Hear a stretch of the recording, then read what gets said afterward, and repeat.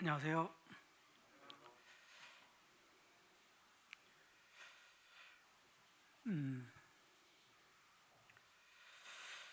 이번에 저희들이 코로나로 인해서 정기적으로 모이지 못하는 기간이 제일 길어지는 시간 같습니다.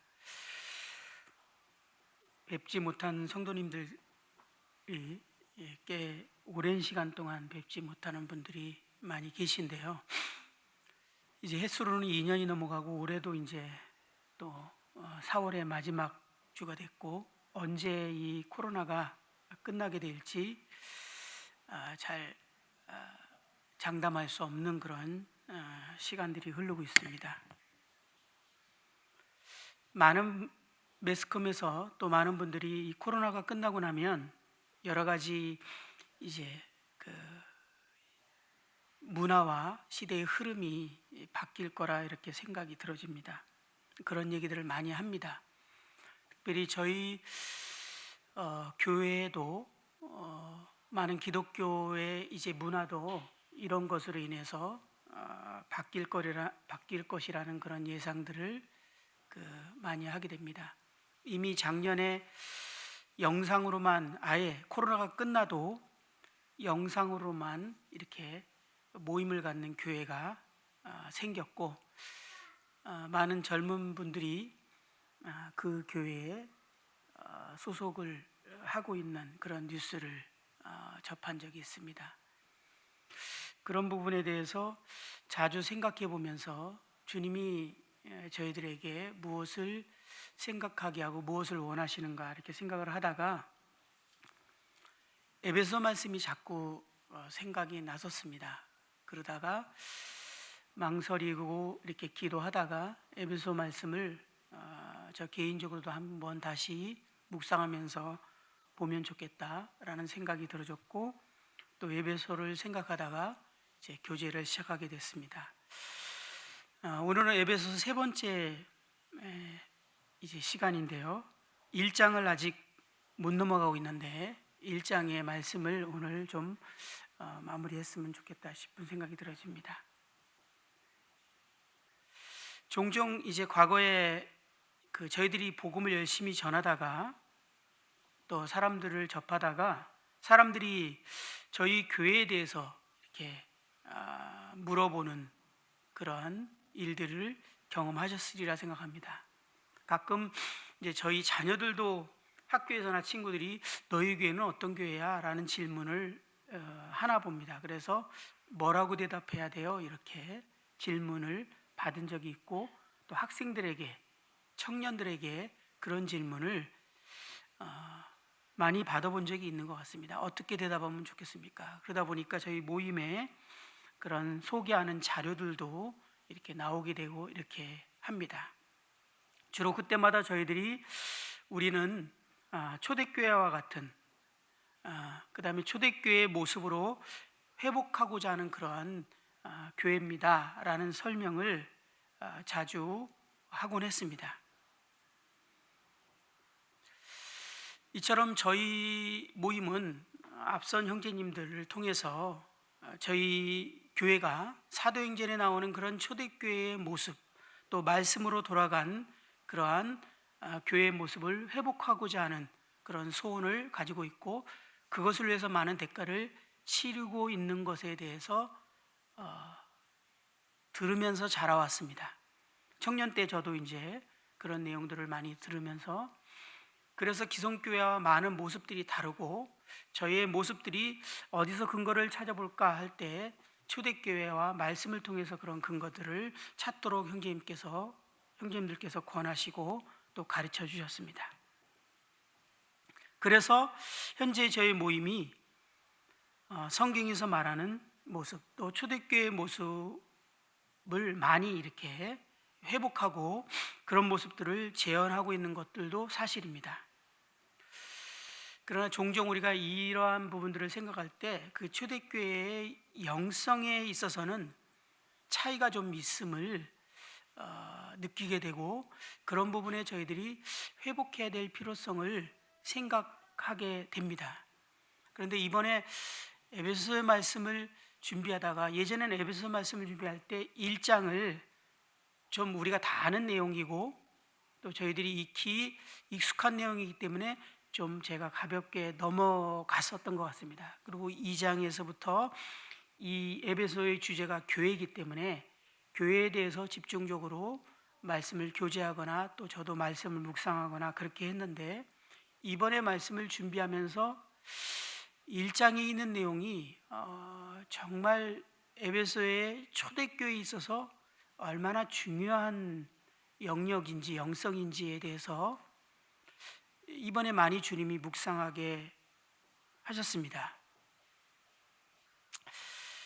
우리가 현재 살펴보고 있는 에베소서, 특별히 1장은 에베소와 소아시아 지역에 흩어져 있는 이 교회에게 보내어진 회람 서신으로서 이 많은 교회들이 이 서신을 통해서 이제 가르침을 받게 되었는데요. 이 1장의 말씀 서두부터 초대교회의 이 본질과 영성을 알 수 있게 됩니다. 우리는 에베소 그 도입부에 해당하는 1장을 통해서 바울이 옥중에서도 기쁨과 찬송이 넘쳐나고 있는 이유에 대해서 살펴보고 있습니다. 다시 말해서 초대교회 성도들이 이 어려운 상황에서도 기쁨과 순전한 마음으로 음식을 먹고 성도들과 함께 교제하고라는 그런 사도행전 2장의 표현들이 되어 있는데, 그들이 어려운 가운데 사실은 처해 있었습니다. 당시에 주님을 영접하게 되면 대부분 이혼을 당하거나 가족들에게 이제 쫓겨나게 되고, 이제 우리로 말하면 부모들이 호적에서 파겠다 이제 이렇게 하죠. 지금도 무슬림의 그 이제 사람들이 예수 그리스도를 믿게 될 때 저희들은 이해를 가지 않지만 아버지가 그 딸을 실제로 이제 경찰에 고발하거나 아니면 직접 아버지가 자기 딸을 죽이는 일들을 저희는 현재에도 벌어지고 있는 것들을 듣고 있습니다. 사실은 이 초대교회 유대교 분들이 그리스도를 영접할 때 이와 같은 일들을 경험했고 이거보다 더한 일들을 경험한 것을 보게 됩니다.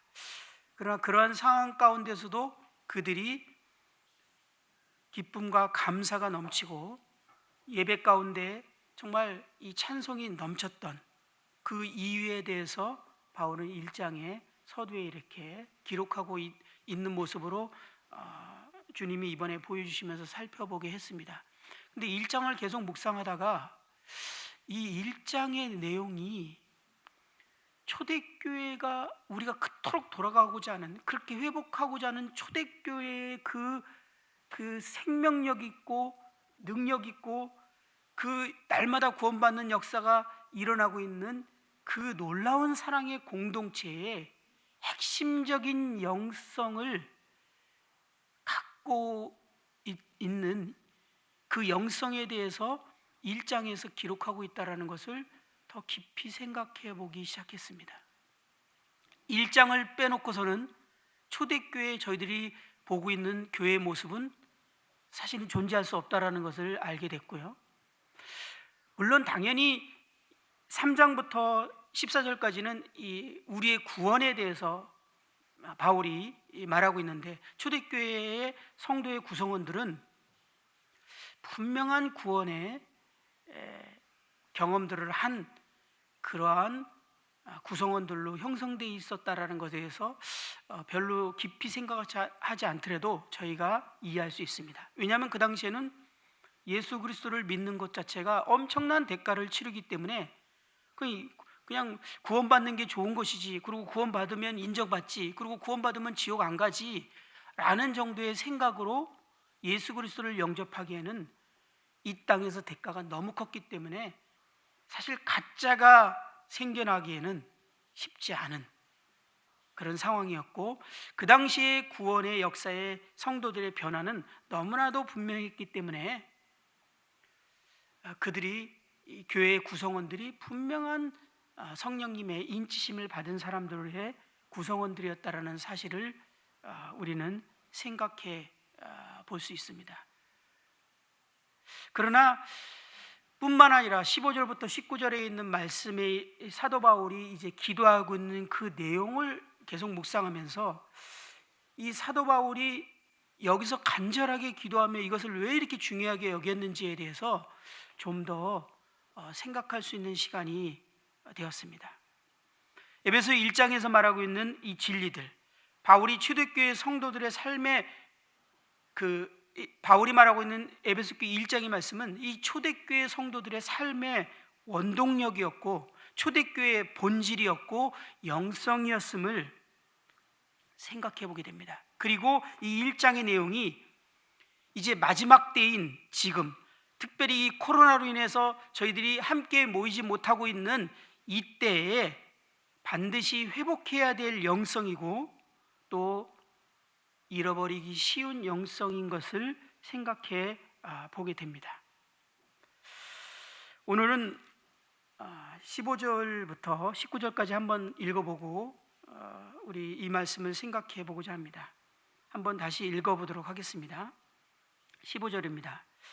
이로 말미암아 주 예수 안에서 너희 믿음과 모든 성도를 향한 사랑을 나도 듣고 내가 기도할 때에 기억하며 너희로 말미암아 감사하기를 그치지 아니하고 우리 주 예수 그리스도의 하나님 영광의 아버지께서 지혜와 계시의 영을 너희에게 주사 하나님을 알게 하시고 너의 마음의 눈을 밝히사 그의 부르심의 소망이 무엇이며 성도 안에서 그 기업의 영광의 풍성함이 무엇이며 그의 힘의 위력으로 역사하심을 따라 믿는 우리에게 베푸신 능력의 지극히 크심이 어떠한 것을 너희로 알게 하시기를 구하노라. 이 말씀에서 바울의 간절한 기도가 나오고 있는데요, 이 기도의 내용은 이 편지를 받는 수신자들이 자신들에게 주어진 이 신령한 복, 여기서 말하고 있는 이 신령한 복에 대해서 지혜와 계시의 영을 통해서 영적인 통찰력을 갖게 해달라는 그러한 기도입니다. 단지 이것을 지식으로 알고 이해하는 것을 넘어서서 성령의 조명으로 말미암아 통찰력을 갖게 되기를 원하는 바울의 기도인데요, 이 성령으로 말미암아 마음의 큰 확신으로 통찰력을 갖게 되는 그런 알문, 그들의 삶의 가운데 실질적으로 능력으로 나타나게 되어지는 것을 보게 됩니다. 이 기도 내용은 초대교회 성도들의 영성이고 그들의 삶을 이끌어가는 동력이었음을 보게 되고요, 오늘날 우리들이 반드시 회복해야 될 영성이고 우리들의 삶을 이끌어가는 동력이 되어야 함을 생각해 보게 됩니다. 제가 동력이라는 단어를 사용한 것에 대해서 어떻게 생각하실지 모르지만 제가 동력이라는 단어를 좀 쓰고 싶었습니다. 이 동력은 뭐냐면 우리를 뭔가 이끌어가게 하고 우리를 살아가게 하고 우리를 움직이게 하고 우리를 어떻게 행하도록 만드는 그 근본적인 어떤 원동력과 같은 힘을 말하고 있는 표현입니다. 바울이 기도를 통해서 성도들이 분명히 알게 되어서 삶의 동력이 되기를 원했던 영적인 복은 이 네 가지였습니다. 그것이 첫 번째, 하나님을 알게 되는 것이었습니다. 지난주에 이 부분에 좀 말씀드렸는데요, 두 번째가 부르심의 소망이 무엇인지 알게 되는 것, 세 번째는 성도의 기업의 풍성함을 알게 되는 것입니다. 네 번째는 우리에게 베푸신 능력의 지극히 크심이 어떠한지를 알게 되는 것이라고 말하고 있습니다. 바울은 자신이 기도하고 있는 내용을 성령의 조명으로 이 편지를 받고 있는 수신자들, 에베소에 있는 성도들뿐만 아니라 소아시아에 있는 모든 성도들이 분명하게 알게 되어서 이 성도들 간에 이 교회들의 삶의 능력으로 역사되기를 간절히 기도하고 있는 것을 보게 됩니다. 바울에게 있어서 교회를 위한 이 기도는 대단히 중요했음을 생각해 볼 수 있습니다. 바울이 기도 내용을 통해서 분명하게 그리고 확신 있게 알게 되기 원했던 이 네 가지는 이 초대교회가 생명력 있고 영적으로 성장하게 하고 능력 있게 역사하게 하는 근본적인 동력이었음을 우리는 생각해 볼 수 있게 됩니다. 이 부분을 조금 이따 좀 더 자세히 살펴보기를 원하는데요. 지난주에는 첫 번째 하나님을 알게 되는 것에 대해서 17절의 말씀을 통해서 성도들이 첫 번째로 더 분명하게 깊이 알아야 될 하나님에 대해서 알게 되는 것을 바울이 기도한 것을 나눴습니다. 여기서 알게 되는 것의 의미는 지식이나 정보가 아닌 성령님의 조명으로 말미암아 알게 되는 것이라고, 경험적으로 알게 되는 것을 말씀드렸습니다. 이것은요, 하나님과의 인격적인 관계 가운데 있을 때 하나님이 그에게 자신을 계시하여 보여주실 때 알게 됩니다. 결코 우리는요, 스스로 하나님을 알 수 없습니다. 하나님이 자신을 우리에게 나타내 보여줄 때, 그래서 구약의 많은 이름들은 하나님이 구약에 나타난 인물들에게 자신을 나타내 보여줌을 통해서 그들이 그 하나님을 경험한 걸 통해서 하나님의 이름들이 이제 나오게 되는 것들을 저희들은 성경을 통해서 생각해 볼 수 있게 됩니다. 그리고 하나님을 우리가 알게 되는 것은 그리스도인들이 역경과 많은 어려움과 고난 가운데서 견딜 수 있게 하고 기쁨 가운데 하나님 이 가정들을 이길 수 있게 하는, 또 그 고난 가운데에서 기쁨과 찬송을 할 수 있게 하는 동력이 됨을 우리는 생각해 보게 되었습니다.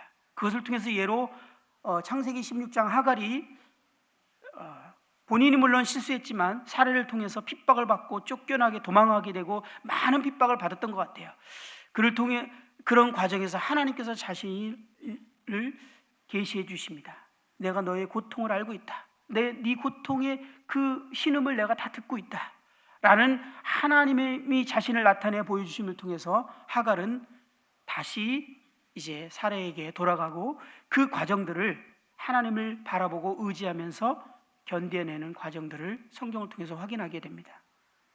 특별히 이 고난 가운데서 하나님을 바라보며 그 과정들을 이겨냈던 사람의 대표적인 인물은 바로 다윗으로 우리는 생각할 수 있습니다. 시편에는 그래서 다윗의 그러한 모습들이 정말 많이 나왔습니다. 그 중에 139편을 통해서 하나님께서 다윗을 주목해보고 그의 모든 생각과 고통과 상황들을 다 알고 있으며 항상 다윗과 함께하고 그의 모든 것들을 이해하고 있는 그 하나님의 자신을 계시하고, 또 하나님이 내가 얼마나 전능한 분이며 내가 모든 것을 할 수 있고 모든 것들을 다 아는 전지하신 분인 것들을 이제 하나님께서 다윗에게 계시해 줌으로 말미암아 다윗은 이 하나님을 바라보며 그 고난 가운데 가장 많은 찬송과 예배의 내용들이 시편에 흐르고 있습니다.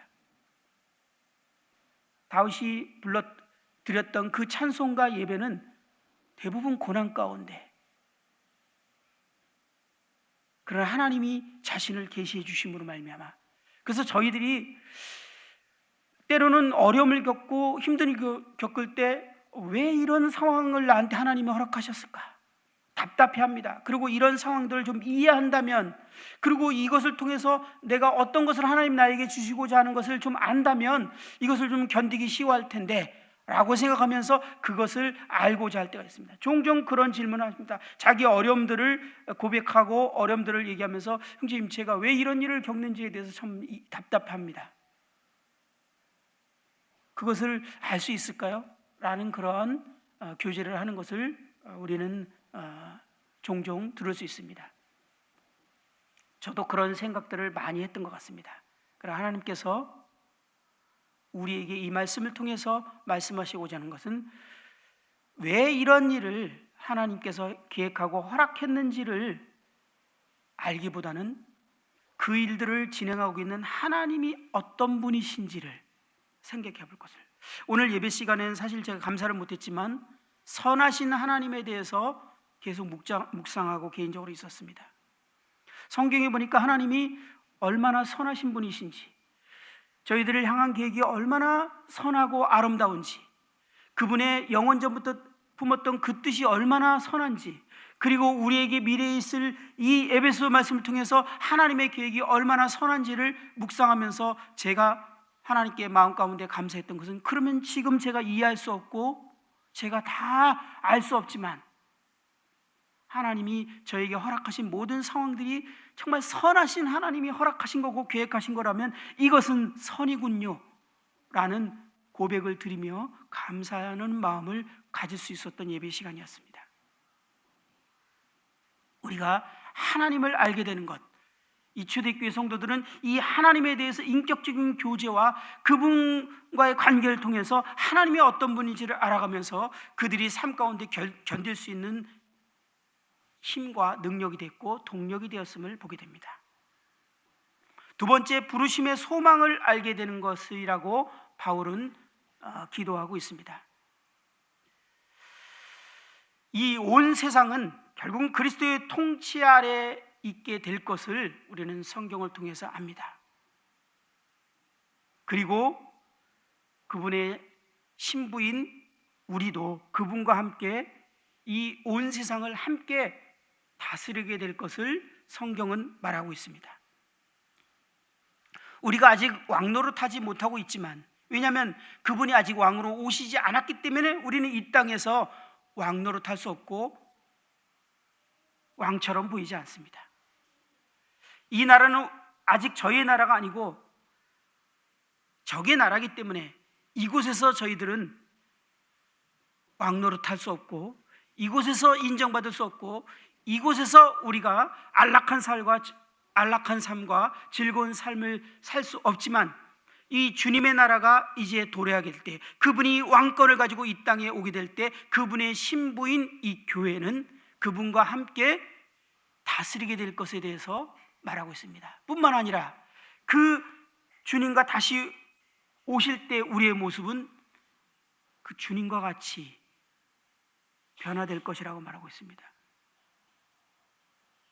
도대체 이게 어떤 모습일까요? 주님과 같아진다. 그 위대하고 크신 하나님의 아들들이 되어서 주님과 같은 모습으로 주님과 형제와 같은, 하나님께서 원하셨던, 창세 전에 원하셨던 계획대로 그 하나님의 아들들이 되어서 왕권을 가지고 이 땅에 오게 될 것을 말하고 있습니다. 그래서 골로새 3장 4절은 우리의 생명이신 그리스도께서 나타나실 그때 너희도 그와 함께 영광 중에 나타나리라 라고 말씀하고 계신데요, 바울은 성도들이 성령의 조명으로 이 소망을 분명하게 알게 되고 그 마음 가운데 품게 되기를 원했습니다. 제가 이 말씀을 드리지만 저는 이 부분에 대해서 또 예전에 관심 있어서 책들을 살펴보기도 했습니다. 그리고 그러한 부분의 말씀도 전한 적이 있습니다. 그리고 우리 형제자매님들이 이러한 영역에 많은 지식들을 갖고 있습니다. 그래서 그런데 여기서 주님께서 저와 여러분들에게 질문하고 도전하는 것은 그것이 우리의 삶의 동력이 되고 있느냐라는 질문입니다. 그것이 우리의 삶을 이끌어가는 원동력이 되고 있느냐는 거예요. 이 초대교회 성도들은 이것이 그들의 삶을 이끌어가는 원동력이었다라는 것입니다. 이 소망이라는 단어는요, 그 단어 자체가 뭔가 간절히 원하고 갈망하고 간절히 우리에게 되기를 원하는 그 무엇을 의미하고 있습니다. 그렇지 않습니까? 이 소망이라는 것은 우리의 생각과 우리의 시선이 항상 고정되어 있고 거기에 맞춰져 있는 그 무엇입니다. 우리가 소망을 가졌다면 이것이 무엇을 의미하는지, 그것이 우리의 삶에 어떤 영향력을 미치는지 잘 알고 있지 않습니까? 그리고 이 소망은 실제로 역경을 견디게 하는 힘, 그 무엇이 되기도 합니다. 이 소망이란 우리의 삶을 이끌어가게 하는 원동력이 되는 그 무엇임을 우리는 알 수 있습니다.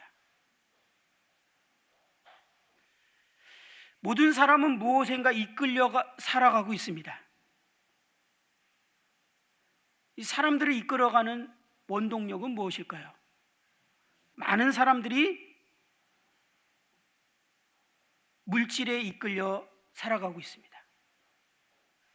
많은 사람들이 다른 사람들의 인정을 받고 또 칭찬을 받기 위해서 이끌려 살아가고 있습니다. 그런데 하나님께서 우리에게 원하시는 우리의 삶을 이끌어가는 원동력이 무엇이 되기를 원하시는지에 대해서 이 말씀을 통해서 생각해 보게 됩니다. 우리 골로새서 말씀을 한번 살펴볼까요? 골로새서입니다. 골로새서 1장입니다.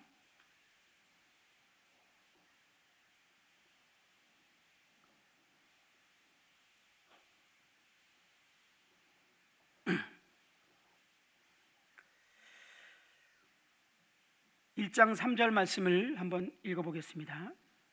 우리가 너희를 위하여 기도할 때마다 하나님 곧 우리 주 예수 그리스도의 아버지께 감사하노라. 이는 그리스도 예수 안에 너의 믿음과 모든 성도에 대한 사랑을 들었으며 너희를 위하여 하늘에 쌓아둔 소망으로 말미암음이니 곧 너희가 전에 복음 진리의 말씀을 들은 것이라.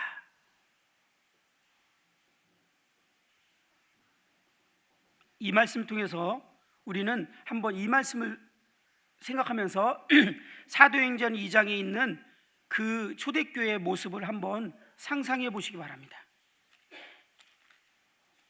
여기에 보면 골로새에 보면은 모든 성도의 사랑이 넘쳤다 이런 표현들을 하게 되는데요.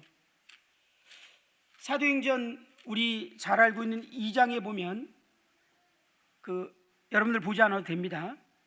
믿는 사람들이 다 함께 있어 모든 물건을 서로 통용하고 또 재산과 소유를 팔아 각 사람들의 필요를 따라 나눠주며 날마다 마음을 같이하여 성전에 모이기를 힘쓰고 집에서 떡을 떼며 기쁨과 순전한 마음으로 음식을 먹고 하나님을 찬미하며 온 백성에게 칭송을 받으니 주께서 구원받는 사람들을 날마다 더하게 하시니라.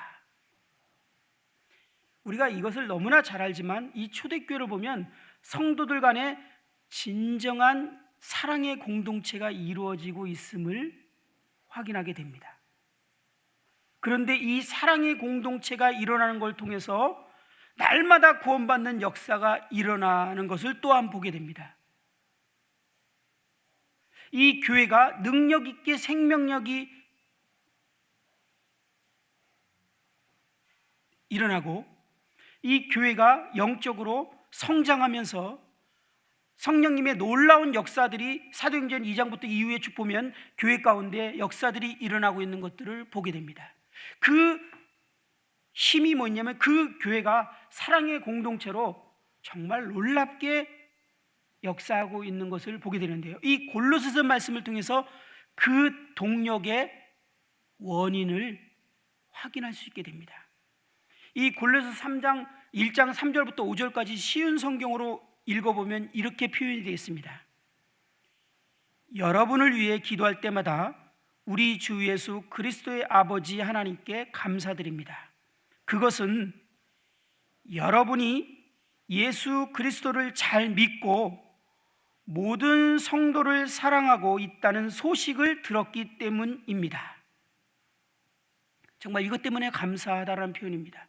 예수 그리스도를 정말 잘 믿고 모든 성도를 사랑하고 있다는 소식, 이 초대교회와 같은 이 골로새 교회도 동일한 모습이 나타나고 있는 것을 보게 됩니다. 그런데 그 이유가 5절입니다. 여러분의 이러한 믿음과 사랑은 하나님께서 여러분들을 위해 하늘에 예배해 두신 것에 대한 소망에서 나온 것이 아닙니까? 라고 표현하고 있습니다.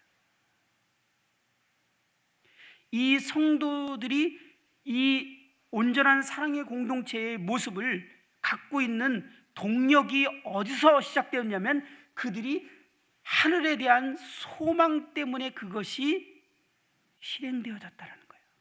근데 이것을 한번 제가 가만히 묵상을 해봤어요.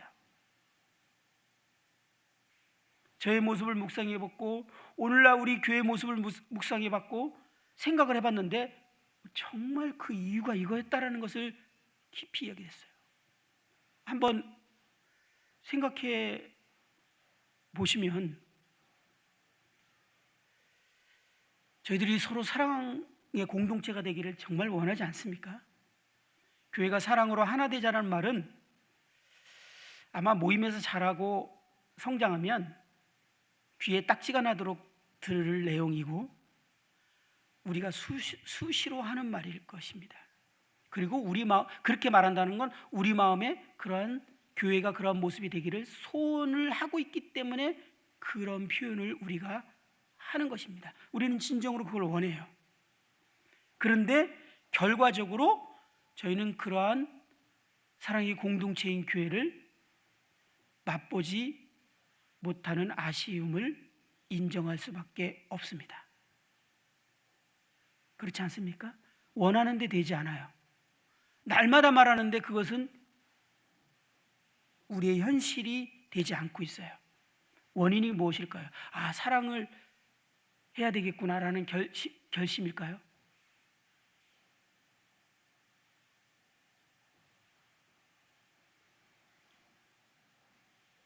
이것을 생각하면서 우리 모임의 초창기가 생각이 났어요. 그리고 18세기의 형제운동이 일어났을 때 그 역사들이 다시 생각이 났어요. 초창기의 모임의 형제님들이 그 영성의 특징이 무엇이었죠? 구원에 대한 감사와 기쁨이 있었습니다. 뿐만 아니라 가장 두드러진 특징이 무엇이었죠? 주님이 곧 오실 것이라는 소망이 형님들 마음 가운데 특징이었어요. 그래서 그때는 그것이 너무나 지나쳐서 우리가 잘 알다시피 예배당을 짓질 않았어요. 주님 곧 오실 건데 무슨 예배당이 필요해? 그냥 이렇게 모이다가 주님 맞이하지. 심지어는 좀 지나친 그 적도 있었죠. 어떤 형제님에게는 장로 형제님이 주님 곧 오시는데 뭐하러 대학을 가려고 그래? 그래갖고 대학을 가지 마라 그래서 안 갔다는 거예요. 이것은 어떤 좋은 예가 아니지만 이것을 통해서 형제님들의 마음에 주님이 다시 오심에 대한 기다림과 소망이 얼마나 컸던지에 대해서 확인할 수 있는 어떤 한 예이기도 합니다. 그런데 그때 저희의 모임에 두드러진 열매가 있었다면 바로 믿음과 사랑이었다라는 거예요. 그 형제 사랑을 과거에 맛본 지금 여기 오래되신 형님들은 그것을 다 그리워해요. 그때 정말 형제 사랑이 뜨거웠는데 왜 지금은 그것이 되지 않는가? 원인이 무엇일까요? 무슨 동력을 잃었을까요? 무엇이 그것이 회복되지 않도록 하고 있는 것일까요? 바로 이 소망을 우리가 잃어버린 것입니다.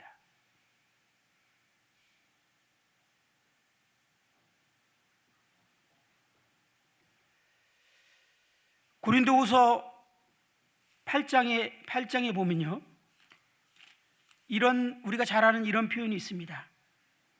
형제들아, 하나님께서 마게도냐 교회들에게 주신 은혜를 우리가 너희에게 알리노니 환난의 많은 시련 가운데서 그들의 넘치는 기쁨과,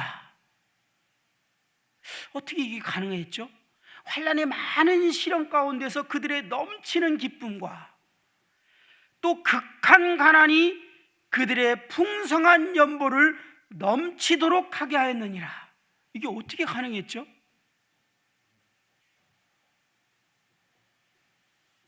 그들이 이 산 소망을 갖지 않고서는 불가능했던 것입니다. 바울은요, 이 교회들이 이 산 소망을 잃어버릴 때는 교회의 능력을 잃어버리고 그 동력을 잃어버리며 교회의 정상적인 기능을 잃어버릴 수밖에 없음을 너무나 잘 알았기 때문에 바울은 간절히 기도하면서 이것들이 성령님의 조명으로 성령님이 역사하심으로 우리 마음 가운데 큰 확신으로 자리 잡고, 큰 확신으로 자리 잡은 이 소망이 우리의 삶을 이끌어가게 하는 원동력이 되기를 원하는 마음으로 기도를 했던 것입니다. 18세기 형제운동이 놀랍게 전 세계를 부흥하고 이 교회가 놀라운 초대교회를 거의 회복하다시피 했는데, 이 18세기 형제운동의 특징은 복음에 대한 회복이었고, 성경으로 돌아가자고 했는데 성경으로 돌아가면서 가장 밝히 드러난 것이 뭐냐면 종말론입니다. 이 성경을 문자적으로 해석하면서 이 종말론이 완벽하게 해석이 된 거예요. 그리고 주님의 다시 오심에 대한 뜨거운 마음이 일어났어요.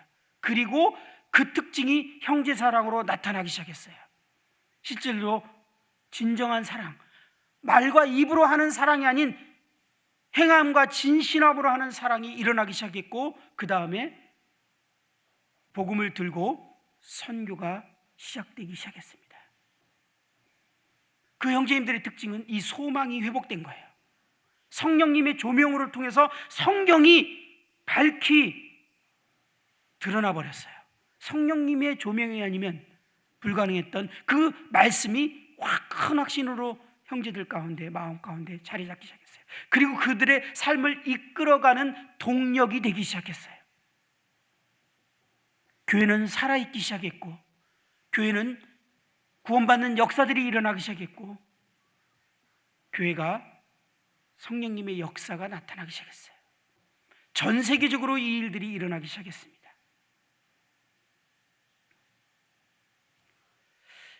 이 말은 바울만 고백한 것이 아니라 베드로도 이러한 동일한 고백을 하게 되는데요. 베드로전서 한번 1장을 보도록 하겠습니다. 베드로전서 1장입니다.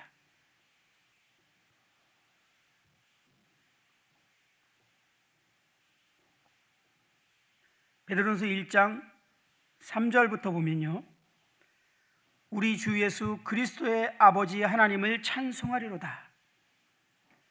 그의 많으신 긍휼대로 예수 그리스도를 죽은 자 가운데서 부활하게 하심으로 말미암아 우리를 거듭나게 하사 산 소망이 있게 하시며, 썩지 않고 더럽지 않고 쇠하지 아니하는 유업을 있게 하시나니 곧 너희를 위하여 하늘에 간직하신 것이라. 너희는 말세에 나타나기로 예비하신 구원을 얻기 위하여 믿음으로 말미암아 하나님의 능력으로 보호하심을 받았느니라. 그러므로 너희가 이제 여러 가지 시험으로 말미암아 잠깐 근심하게 되지 않을 수 없으나 오히려 크게 기뻐하는도다.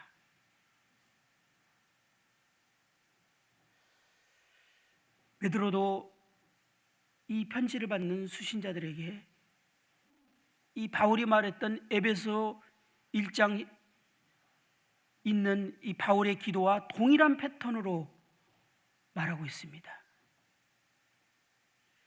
산 소망이라는 표현을 통해서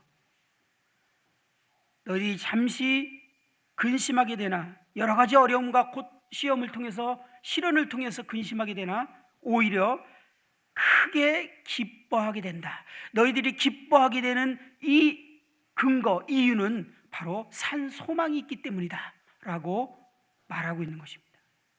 그 산 소망은 하늘에 간직한 것이다. 초대교회 성도들이 그들의 영성, 그들을 고난 가운데도 역경 가운데서도 여전히 기뻐하며 예배드릴 수 있었고 복음을 전할 수 있었고 그들의 삶을 이끌어가게 했던 동력은 하늘에 있는 간직된 산 소망이었다라는 것을 쉽지 않게 확인하게 됩니다. 이것이 초대교회 성도들의 영성이었고 삶을 이끌어가는 동력이었습니다. 히브리서 11장에 우리 말씀을 주일 강단을 통해서, 우리 박임을 통해서 여러 차례 들었습니다. 특별히 11장에 그 믿음의 선진들의 그 믿음, 그 믿음과 소망은 항상 직결되어 있습니다. 하늘에 속한 그 소망을 바라보며 그들이 믿음의 땅을, 이 세상이 감당치 못할 이 땅의 삶을 살아갔음을 보게 되는데요, 믿음과 소망은 항상 연결되어 있습니다. 그래서 히브리서 11장 35절은 제가 읽을 때마다 가장 충격적인 표현인데, 어떤 이들은 더 좋은 부활을 얻고자 하여 심한 고문을 받되 구차히 풀려나기를 원하지 아니하였으며. 저는 솔직히 잘 이해가 안 됩니다. 어떤 고문인지 모르지만 이 시대의 고문보다 이 당시의 고문이 훨씬 더 잔인하고 독했다라는 것은 우리는 역사를 통해서 확인합니다. 지금은 이런 식으로 고문 안 해요. 그 당시에는 어떻게 했습니까? 톱으로 목을 썰어 죽이거나 뭐 그냥 촛불 심지가 되게 하거나 사자밥이 되게 하는 건 기본이고, 정말 이 당시의 고문은 인간이 상상할 수 없는 이 극한의 고문을 통해서 그리스도인들을 핍박하고 예수 그리스도를 부인하도록 했어요. 그런데 이 고문을 피할 수 있는 상황이 있는데 안 피했대요. 이게 가능한 거예요? 근데 이렇게 그 성도가 선택했던 그 원인, 이유가 무엇이냐면 더 좋은 부활, 바로 하늘에 간직한 이 산소망 때문에 그것을 구차히 면하지 않았다는 거예요. 소망이 얼마나 성령님으로 강력하게 그 마음 가운데 자리 잡고 그의 삶을 이끌어가는 동력이 되었으면 그 고난을 구차히 피하지 않고 받아들일 수 있었을까? 상상이 좀 안 가지 않습니까?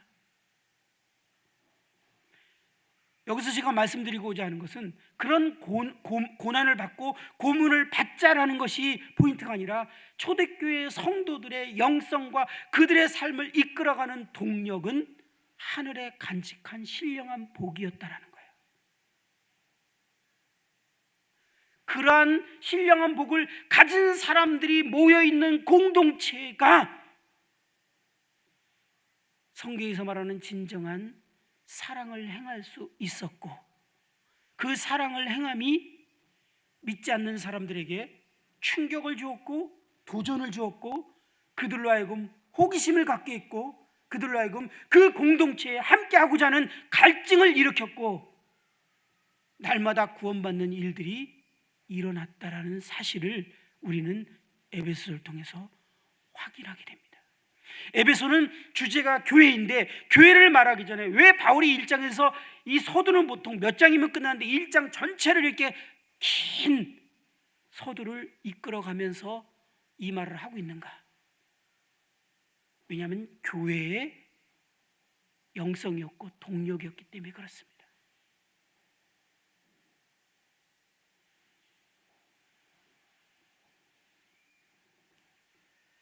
이 말씀들을 생각하면서 우리가 이 소망에 관한 큰 확신과 그 확신이 우리의 삶을 이끌어갈 수 있는 힘이 되는, 능력이 되는, 동력이 되는 그러한 성령님의 조명과 확신이 우리 삶 가운데 있어야 되지 않겠는가 라는 갈증이 저의 마음 가운데 심하게 일어나기 시작했어요. 그렇지 않고서는 오늘날 교회는 결코 초대교회의 모습으로 돌아갈 수 없고, 우리가 그토록 원한다는 초대교회의 모양은 가질 수 있지만 초대교회에서 일어났던 하나님의 역사와 그 능력과 그 경험은 결코 할 수 없을 것이라는, 초대교회처럼 되지 않더라도 결국은 우리 교회가 생명력 있고 활력 있고 성령님의 역사가 회복되기 위해서는 우리 마음 가운데 이 하늘에 간직한 산 소망이, 바울이 그토록 기도하고 있는 성령님의 조명을 통해서 우리 마음 가운데 큰 확신으로 자리 잡는 것이 필요하다라는 생각들을 하게 되었습니다. 이를 위해서 참 바울이 간절히 기도했던 이유를, 이 교회들이 이것을 잃어버리지 않고 이것이 교회 가운데 정말 계속적으로 이어지고 그것이 영성이 되기를, 그래서 이 말씀을 생각할 때 에베소 교회가 계시록을 통해서 이 하늘에 간직한 소망과 첫사랑을 잃어버렸을 때 책망을 했던 이유를 이해할 수 있게 되어졌습니다.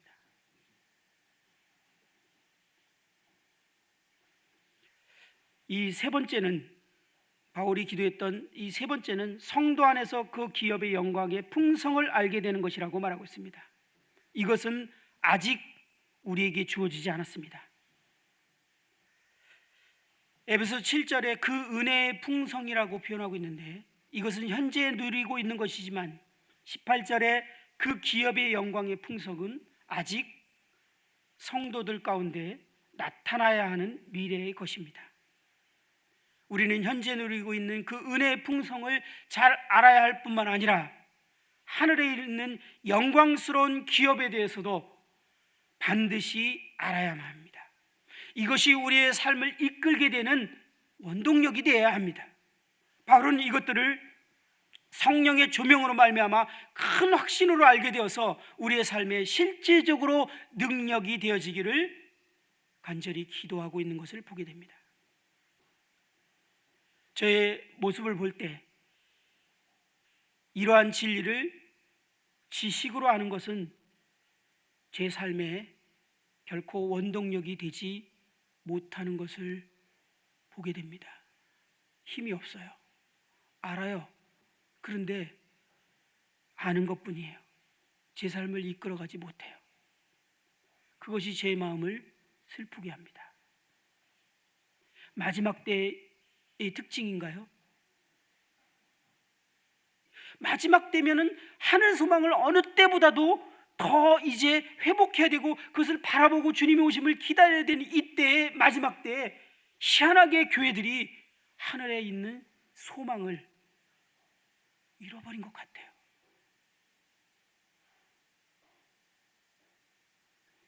제가 모임 생활을 할 때 비교해 볼 때 정말 그렇게 느껴져요.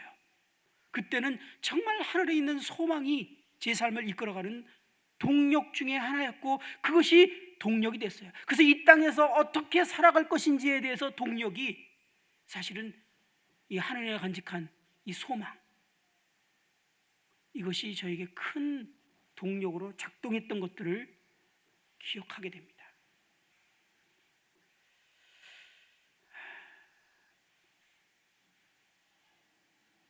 우리는 하나님께서 약속하신 이 소망과 기업이 우리들의 삶에 영향력이 미치게 되기를 기도해야 됩니다. 베드로가 3장 15절에 너희 마음에 그리스도를 주로 삼아 거룩하게 하고 너희 속에 있는 소망에 관한 이유를 묻는 자들에게 대답할 것을 항상 준비하되 라고 말한 것처럼, 믿지 않는 사람들은 저희들에게 무엇으로 매력을 느낀다라고 이 말씀이 표현되어 있습니까? 저희들이 하늘에 간직한 산 소망. 너희들이 갖는 소망은 도대체 뭔데 너희들로 하여금 그렇게 기쁘게 하고 찬송하게 하고, 그렇게 너희들이 어려움을 겪고 있고 지금 너희들이 가진 것이 없는데도 너희를 기쁘게 하는 이유가 뭐냐? 너희들이 지금 이 상황이면 울어야 될 텐데, 화를 내야 될 텐데, 분노해야 될 텐데 너희들이 기뻐하고 있고 찬송하고 있는 이유는 도대체 뭐냐? 거기에 대해서 물어봐요. 제가요, 운전을 하고 가다가 교통사고가 난 적이 있었고요. 그 다음에 저희 둘째 아이가 주님이 이제 들어가신 그런 사건이 있었습니다. 그때 그 한 친구가 2번 연거푸 저한테 물어본 게 있어요. 또 그래도 하나님 믿냐? 뭐 때문에 그러는데? 하나님이 너한테 해준 게 뭐 있어? 이해가 안 가는 거예요, 이 친구가 저한테. 그 당시에 제 마음 가운데 정말 하늘의 소망이, 그 어떤 고난과 상황 가운데도 여전히 하나님을 따르고 그분을 위해서 살고 싶은 그 강력한 갈망과 소망이 있을 때 저에게 일어났던 사건들이 참 많이 있었습니다. 그때 저의 가장 친했던 친구가 너 그래도 하나님 믿어? 뭐 때문에 그러는데? 라는 질문을 했던 기억이 지금 갑자기 떠올랐어요. 사람들은 우리가 정말 그러한 삶을 사는 것에 대해서 관찰하고 그것에 대해서 의아하고 그것이 무엇인지를 알고 싶어 하기 때문에 그것에 대해서 그런 질문일 때 우리가 무엇을 말할 것인지 준비하라고 말하는데요. 오늘은 저희들이 그것을 준비하기 전에 우리 마음에 그러한 소망이 우리 마음 가운데 우리의 삶을 이끌어가는 동력으로 자리 잡고 있는지에 대해서 스스로 돌아보고 도전을 받게 합니다. 마지막 네 번째는 믿는 우리에게 베푸신 능력의 지극히 크심을 알게 되는 것이라고 19절에 말하고 있습니다. 20절과 21절을 보면 이 능력에 대해서 말하고 있는데요. 20절입니다.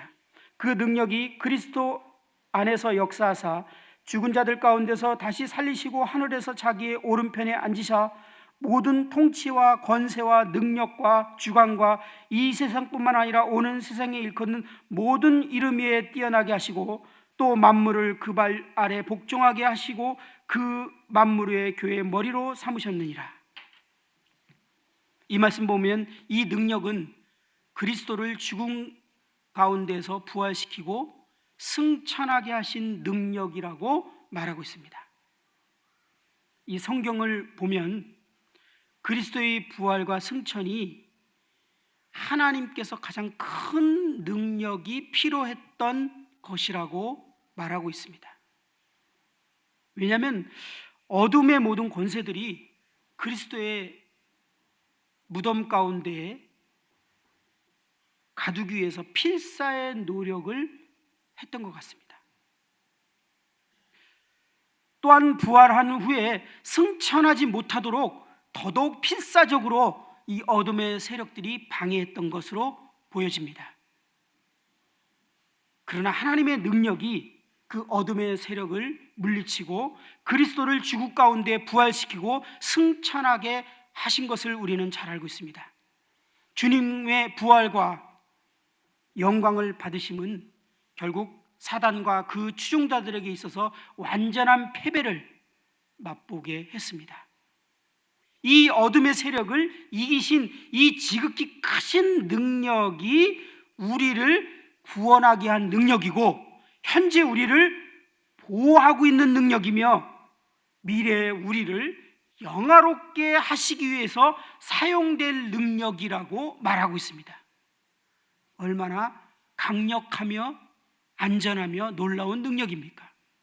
이걸 생각할 때 우리가 구원받는 것이 얼마나 놀라운 하나님의 능력을 통해서 사단이 우리의 구원을 방해했고 우리를 구원받지 못하도록 힘을 썼지만 하나님의 능력이 결국은 우리를 이 어둠의 세력에서 건져내셨던 것을 보게 됩니다. 이걸 통해서 우리가 적용하게 되는 것은 우리가 지금 가족들과 주변에 있는 사람들이 사단이 그를 구원받지 못하도록 강력하게 역사하고 있는 것들을 생각하게 되며 하나님의 능력이 그 어둠의 세력을 이길 수 있는 어둠의 세력이 역사하도록 우리가 기도해야 될 것을 생각해 보게 됩니다.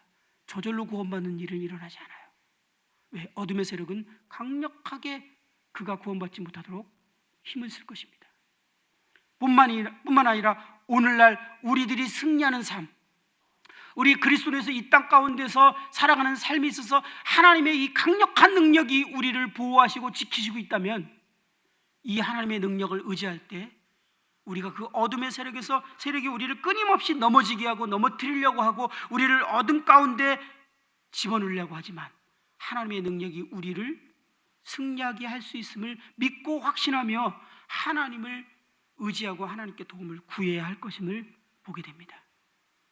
그리고 이 능력이 결국은 우리를 영화롭게 할 것입니다. 우리가 영화롭게 되어질 것입니다. 주님처럼 되어질 것입니다. 말이 됩니까? 구더기와 같고 버러지와 같고 먼지만도 못한 이 썩어질 이 피조물이 주님처럼 영화롭게 될 것입니다. 이것을 하나님께서 계획하시고 행하시는데 그 하나님의 능력은 죽은 자를 살리시고 부활케 하신 그 능력이라는 것을 사도 바울은 말을 하고 있는 것입니다. 이 하나님의 놀라운 은혜의 영광을 생각할 때 우리는 하나님을 찬송해야 함을 보게 됩니다. 저희들이 이 놀라운 구원의 은혜와 하늘에 간직한 소망이 우리 마음에 회복되면 제일 먼저 무엇이 회복될 것인가 라고 생각할 때 저희들의 예배가 회복될 것이다 라는 생각이 들기 시작했어요. 왜냐하면 이 1장의 특징은 계속 그 은혜의 영광을 찬송하게 하기 위해서, 또 옥중에도 바울이 찬송했던 이유, 우리 마음 가운데 좀 기쁨과 찬송이 일어나게 하는 원인이 되기 때문에 이 하늘에 간직한 이 복들이 우리 마음 가운데 성령의 조명으로 말미암아 회복되어질 때 우리의 예배가 먼저 회복될 것입니다. 그리고 이것이 우리의 삶을 이끌어가는 동력이 될 때 저희들이 그토록 원했던 참으로 우리가 믿음과 소망으로 말미암는 사랑들이 우리 가운데 실현되기 시작할 것이고, 이제 2장부터 나오는 이 하나님께서 교회를 향한 이 목적과 계획이 저희들을 통해서 그것이 성취해 나가게 될 것이라는 것들을 생각해 보게 됩니다. 그래서 저희들이 1장에 나오는 이 하늘에 간직된 이 복을 성령님의 조명으로 말미암아 우리 마음 가운데 큰 확신으로 알게 되고 그것이 우리의 삶을 이끌어가게 되기 위해서 우리가 함께 기도하고 그것을 우리가 회복하게 되는, 그리고 초대교회의 그러한 모습들이 우리 교회 가운데 회복되게 되는 그러한 날들이 오고 주님을 맞이할 수 있게 되는 저희들이 되기 위해서 함께 기도해야 될 것을 주님께서 생각하게 하셨습니다.